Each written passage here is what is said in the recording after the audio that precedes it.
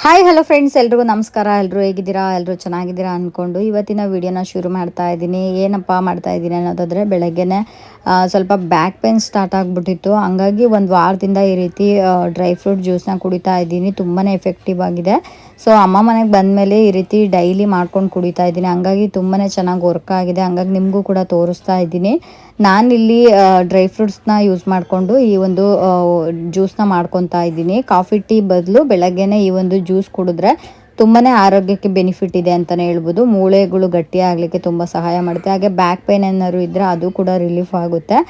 ಹಾಗೆ health benefit ಅಂತೂ ಸಿಕ್ಕಾಪಟ್ಟೆ ಇದೆ ಇದರಲ್ಲಿ. ಹಂಗಾಗಿ ಈ ಒಂದು ವಿಡಿಯೋನ ನಿಮ್ಮ ಜೊತೆ ಶೇರ್ ಮಾಡ್ತಾ ಇದ್ದೀನಿ. ನಾನಿಲ್ಲಿ ಡ್ರೈ ಫ್ರೂಟ್ಸ್ ಬಾದಾಮಿ, ಗೋಡಂಬಿ, ಹಾಗೆ ಪಿಸ್ತಾ, ಹಾಗೆ ಡ್ರೈ ಖರ್ಜೂರ ತೊಗೊಂಡಿದ್ದೀನಿ. ಹಾಗೆಯೇ ಅಂಜೂರ ತೊಗೊಂಡಿದ್ದೀನಿ. ಸೊ ಇದಿಷ್ಟು ನೈಟು ನಿಮ್ಗೆ ಎಷ್ಟು ಕ್ವಾಂಟಿಟಿ ಬೇಕೋ ಅಷ್ಟನ್ನ ನೆನೆ ಹಾಕೋಬೇಕಾಗುತ್ತೆ. ನಾನೆಲ್ಲ ಒಂದು 5-5 ಪೀಸ್ ತೊಗೊಂಡಿದ್ದೆ. ಬಾದಾಮಿ ಮಾತ್ರ ಸ್ವಲ್ಪ ಜಾಸ್ತಿ ಕ್ವಾಂಟಿಟಿಯಲ್ಲಿ ತೊಗೊಂಡು ನೈಟೇ ನೆನೆ ಹಾಕ್ಕೊಂಡಿದ್ದೆ. ಬಾದಾಮಿ ಮಾತ್ರ ಸಿಪ್ಪೆಯನ್ನು ಬಿಡಿಸ್ಕೊಂಡು ಹಾಗೆ ಹಾಕ್ಕೊಂಡಿದ್ದೀನಿ.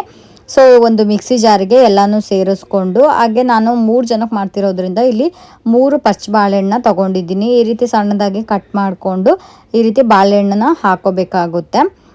ಸೊ ನೀವೇನಾದರೂ ಇಬ್ಬರಿದ್ದರೆ 2 ಹಾಕ್ಕೊಳ್ಳಿ, 4 ಜನ ಇದ್ದರೆ 4 ಹಾಕ್ಕೊಳ್ಳಿ. ಬಾಳೆಹಣ್ಣು ಸ್ವಲ್ಪ ಜಾಸ್ತಿನೇ ಹಾಕ್ಕೊಳ್ಳಿ, ಏಕೆಂದರೆ ಜೀರ್ಣಕ್ರಿಯೆ ಚೆನ್ನಾಗಾಗಬೇಕು ಅಂದರೆ ಬಾಳೆಹಣ್ಣು ಯೂಸ್ ಮಾಡಬೇಕಾಗುತ್ತೆ. ಇದು ಜ್ಯೂಸ್ 1 ಲೋಟ ಕುಡಿದ್ರೆ ನೀವು ಬೆಳಗ್ಗೆ ಟೈಮಲ್ಲಿ ನೀವು ನಾಷ್ಟ ಮಾಡಬೇಕು ಅನ್ನೋ ಅವಶ್ಯಕತೆನೇ ಇರೋದಿಲ್ಲ. ಈ ಜ್ಯೂಸ್ ಕುಡಿದು ಒಂದು 2ರಿಂದ 3 ಅವರ್ ಅಶ್ವೇ ಆಗೋದಿಲ್ಲ, ಅಷ್ಟು ಬೆನಿಫಿಟ್ ಇದೆ ಅಂತಲೇ ಹೇಳ್ಬೋದು. ಮಿಕ್ಸಿ ಜಾರಿಗೆ ಇದಿಷ್ಟು ಹಾಕಿದ್ಮೇಲೆ 1 ಟೇಬಲ್ ಸ್ಪೂನ್ ಅಷ್ಟು ನಾನಿಲ್ಲಿ ಜೇನುತುಪ್ಪನ ಯೂಸ್ ಮಾಡ್ತಾ ಇದ್ದೀನಿ. ಹಾಗೆ 1/4 ಲೀಟ್ರ್ ಆಗೋಷ್ಟು ನಾನು ಹಸಿ ಹಾಲನ್ನ ಯೂಸ್ ಮಾಡ್ಕೋತಾ ಇದ್ದೀನಿ. ನಾರ್ಮಲ್ ಪ್ಯಾಕೆಟ್ ಹಾಲು ಬರುತ್ತಲ್ವ, ಸೊ ಅದನ್ನೇ ಯೂಸ್ ಮಾಡ್ಕೋತಾ ಇದ್ದೀನಿ. ನೋಡಿ, ಈ ರೀತಿ ಸ್ವಲ್ಪ ಸ್ವಲ್ಪ ಹಾಲನ್ನ ಸೇರಿಸ್ಕೊಂಡು ಇದನ್ನು ನೈಸಾಗಿ ಪೇಸ್ಟ್ ಮಾಡ್ಕೋಬೇಕು. ನೋಡ್ತಾ ಇರ್ಬೋದು, ಈ ರೀತಿ ಆಗಿರುತ್ತೆ. ಈ ಒಂದು ಮಿಕ್ಸಿ ಜಾರಲ್ಲಿ ಆಲ್ಮೋಸ್ಟ್ 3 ಗ್ಲಾಸಷ್ಟು ನಮಗೆ ಆಗುತ್ತೆ. ನಾನು, ಅಮ್ಮ ಮತ್ತು ಅಕ್ಕ 3 ಜನನು ಡೈಲಿ 1 ಲೋಟ ಕುಡಿತಾ ಇದ್ದೀವಿ. ಸೊ ನೋಡ್ತಾ ಇದ್ದೀರಲ್ಲ, ಇದು 1/4 ಲೀಟ್ರ್ ಗ್ಲಾಸು.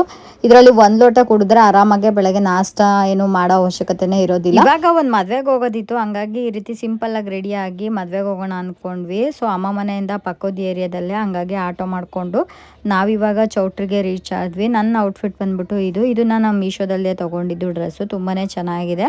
ಇದ್ರ ಲಿಂಕ್ ನಾನು ಡಿಸ್ಕ್ರಿಪ್ಷನ್ ಬಾಕ್ಸಲ್ಲಿ ಕೊಟ್ಟಿರ್ತೀನಿ, ನೀವು ಬೇಕು ಅಂದರೆ ಚೆಕ್ ಮಾಡಿ ಬೈ ಮಾಡ್ಬೋದು.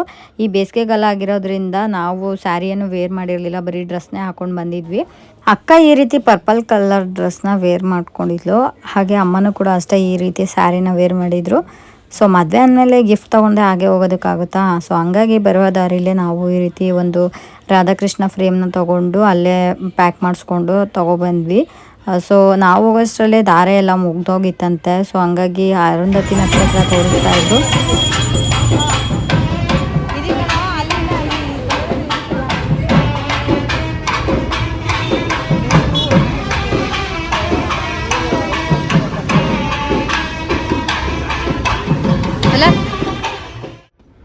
ಹಾಗೆ ಹುಡುಗನ ಹೆಸರು ಬಂದ್ಬಿಟ್ಟು ವರುಣ್ ಅಂತ, ಹುಡುಗಿ ಹೆಸರು ಬಂದ್ಬಿಟ್ಟು ಬೃಂದ ಅಂತ.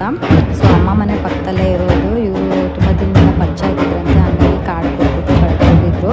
ಸೊ ಮತ್ತೆ ಹೋಗಿಲ್ಲ ಅಂದರೆ ಬೇಜಾರು ಮಾಡ್ಕೊತಾರೆ ಅಂತ ಹೋಗಿ ನಾವು ಹೋಗೋಷ್ಟರಲ್ಲೇ ದಾರೆಲ್ಲ ಮುಗ್ದೋಗಿ ಸ್ವಲ್ಪ ಶಾಸ್ತ್ರ ಎಲ್ಲ ಮಾಡ್ತಾಯಿದ್ರು. ಅದಾದಮೇಲೆ ನೋಡಿದ್ರಲ್ವ, ಅರುಂಧತಿ ನಕ್ಷತ್ರ ಎಲ್ಲ ತೋರಿಸಿದ್ರು. ಅದನ್ನು ಕೂಡ ಸ್ವಲ್ಪ ವೀಡಿಯೋನ ಕ್ಯಾಪ್ಚರ್ ಮಾಡ್ಕೊಂಡಿದ್ದೆ. ಅದಾದಮೇಲೆ ಒಳಗಡೆ ಬಂದರೆ ಈ ರೀತಿ ಅವರು ಸ್ವಲ್ಪ ಮಾರ್ವಡೀಸ್ ಥರ ಅನಿಸುತ್ತೆ. ಸೊ ಡ್ಯಾನ್ಸ್ ಎಲ್ಲ ಮಾಡ್ತಾಯಿದ್ರು, ತುಂಬಾ ಚೆನ್ನಾಗಿತ್ತು.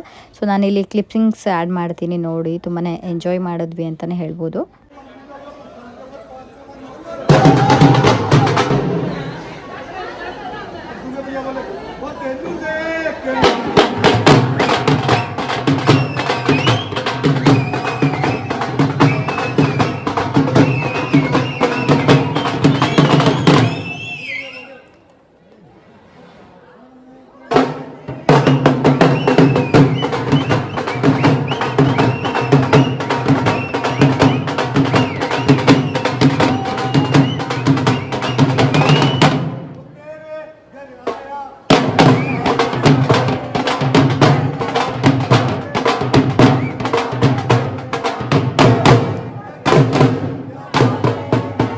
ತುಂಬಾ ಹೊತ್ತು ಕೂತಿದ್ವಿ. ಅದಾದ್ಮೇಲೆ ಅವ್ರನ್ನ ಆ ರೀತಿ ಕೂರಿಸಿ ಶಾಸ್ತ್ರ ಎಲ್ಲ ಮಾಡ್ತಾ ಇದ್ರು. ಅಮ್ಮ ತಂದಿದ್ರಲ್ಲ ಆ ಗಿಫ್ಟ್ನ ಅವರಿಗೆ ಕೊಟ್ಬಿಟ್ಟು ಅಮ್ಮ ಇಲ್ಲಿ ಅರಿಶಿನ ಕುಂಕುಮ ಎಲ್ಲ ಇಟ್ಬಿಟ್ಟು ಗಿಫ್ಟ್ ಕೊಡ್ತಾ ಇದ್ದಾರೆ. ಸೊ ತುಂಬಾನೇ ಚೆನ್ನಾಗಿ ಕಾಣಿಸ್ತಾ ಇದ್ರು ವಧು ಮತ್ತೆ ವರ. ಅದಾದ್ಮೇಲೆ ರಿಸೆಪ್ಷನ್ ಕೂಡ ಇತ್ತಂತೆ. ಮಧ್ಯಾಹ್ನ 2 ಗಂಟೆಯಿಂದ ರಿಸೆಪ್ಷನ್ ಇತ್ತು ಅಂತೆ. ಸೊ ಅವ್ರವ್ರ ಕಡೆ ಒಂದೊಂಥರ ಶಾಸ್ತ್ರ ಇರುತ್ತಲ್ವಾ.